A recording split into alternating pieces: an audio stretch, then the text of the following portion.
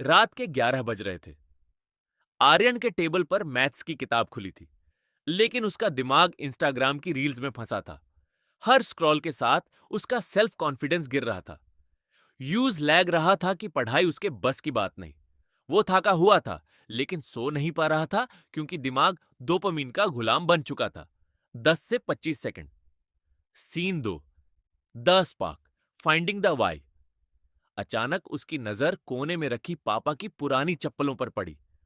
उसे याद आया कैसे उसके पापा दिन रात मेहनत करते हैं ताकि आर्यन की फीस भरी जा सके।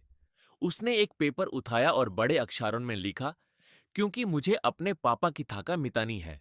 उसका वाई मिल चुका था। उसने फोन उठाया और उसे स्विच ऑफ करके दूसरे कमरे में रख दिया। Dopamine detox.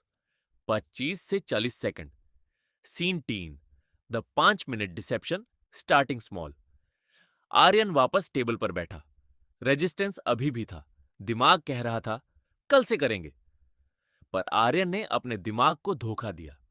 उसने कहा, बस 5 मिनट पढ़ूंगा, सिर्फ एक पेज। उस एक पेज ने मोमेंटम दे दिया।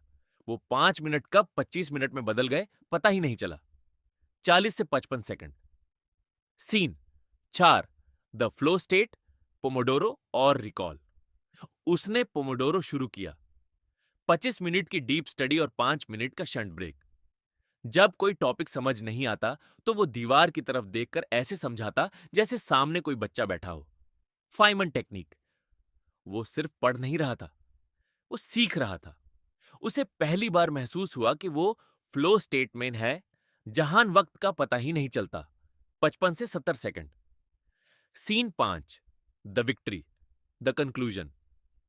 सुबह के 4 बजे आर्यन ने अपनी किताब बांट की। वो थका था, लेकिन उसके चेहरे पर एक ऐसी स्माइल थी जो उसने महीनों से नहीं देखी थी। उसने आज एक चैप्टर नहीं, बल्कि अपनी बेचैनी को हराया था। वो समझ गया था कि